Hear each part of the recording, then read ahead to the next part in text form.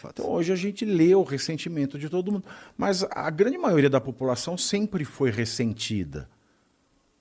Porque a vida de ninguém nunca foi perfeita. Então a gente sempre tem um ressentimento.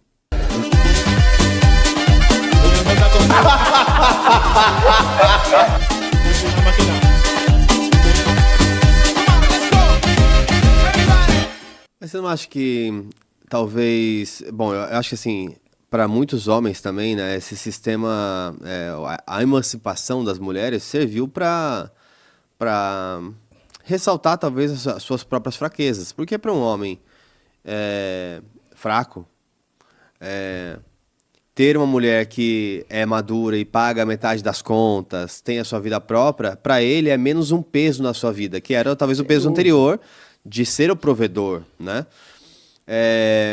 Mas o que eu vejo muito hoje em dia é as pessoas, em vez das pessoas lutarem pela liberdade, acho que a gente pode entrar um pouquinho para falar um pouco sobre a Argentina. Uma coisa é a gente falar da fragilidade física e não espiritual. Exato. Porque a mulher, é claro, ela sempre foi prejudicada nessa questão. Uma mulher, ela não pode agir como um homem até hoje, porque a gente ainda vive num mundo de homens.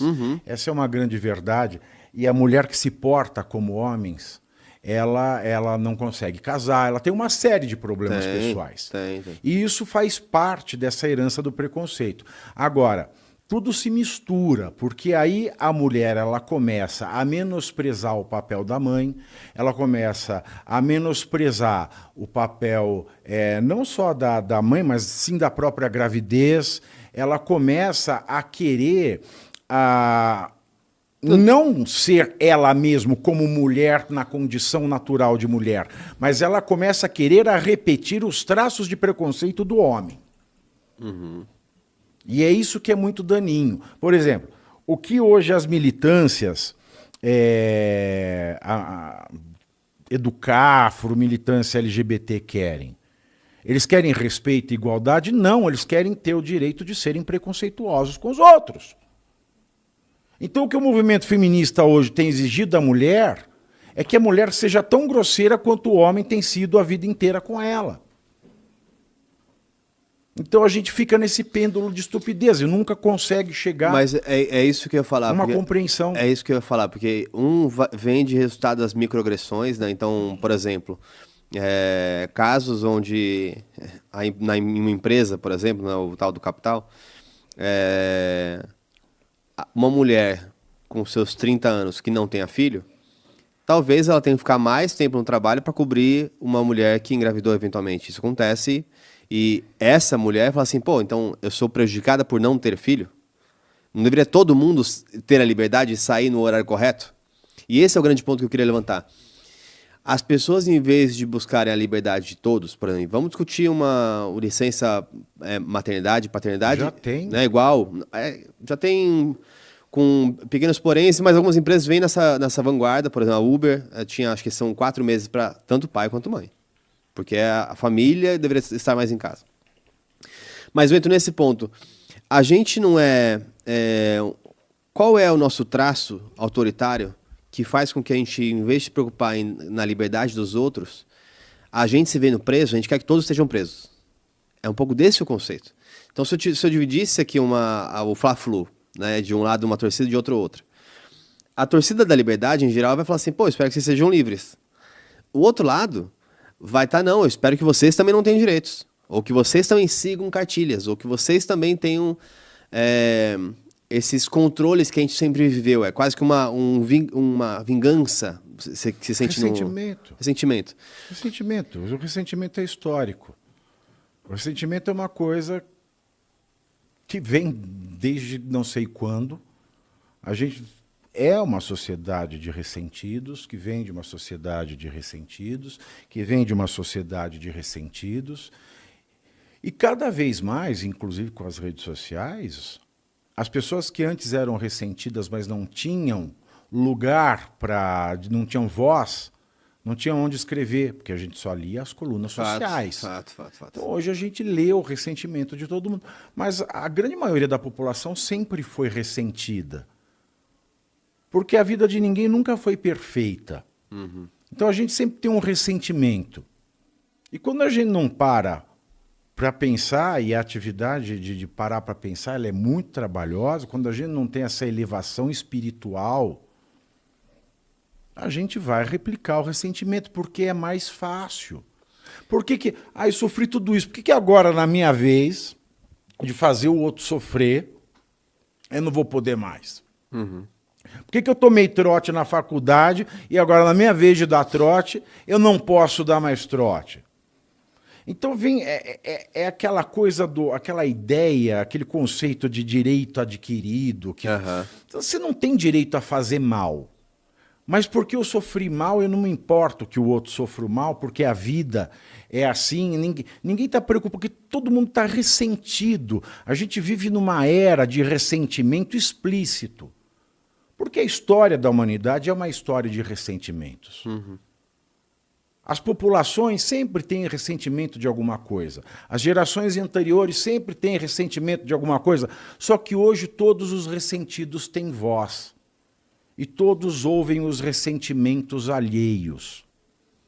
E esse ressentimento ele parte justamente dessa nossa imperfeição, porque ao mesmo tempo que nós temos esse sopro divino, essa fagulha do Criador, da razão primeira, nós temos essa infinitude do pensamento, a gente carrega nas pernas e nos braços as limitações dos animais.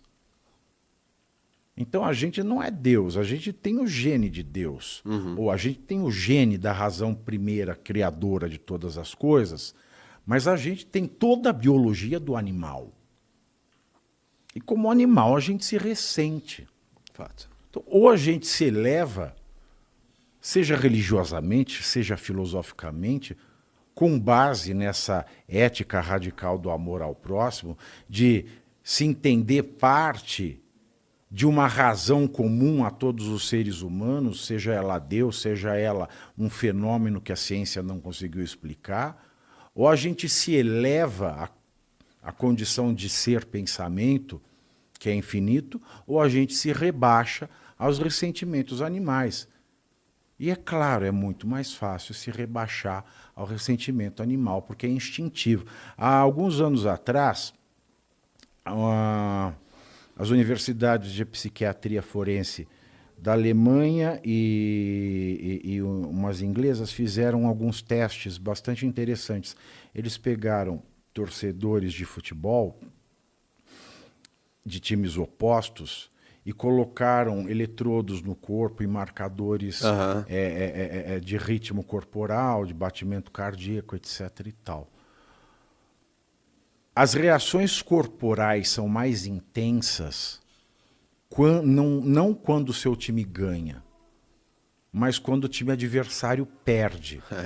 A gente tem uma tendência animal que a psiquiatria forense alemã chama de Schadenfreude, que é a alegria má, que é uma condição animalesca do ser humano, de se alegrar mais pela derrota do inimigo do que com a vitória. Primeiro ele é anticorintiano, depois ele é palmeirense. Exatamente.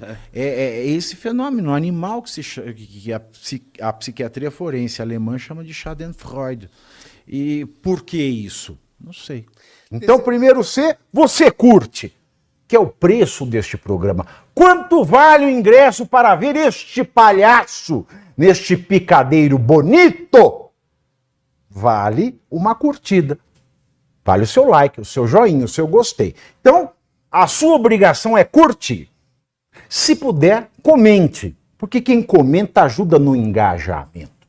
Então, primeiro C é curtir, segundo C é comentar, o terceiro C, o que seria muito louvável, seria você compartilhar. Tem um link que é a setinha, uma setinha assim, meia bomba. Sabe aquela...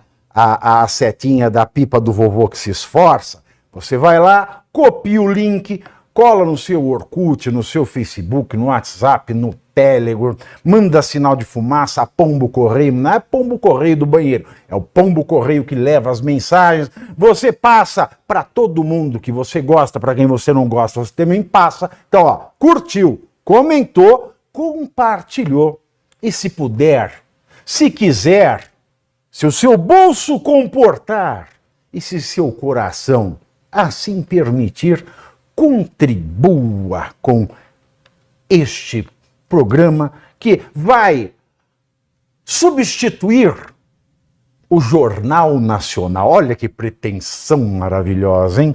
Se liga, ô Bonner, nós vamos derrubar o Jornal Nacional. Esta é a meta.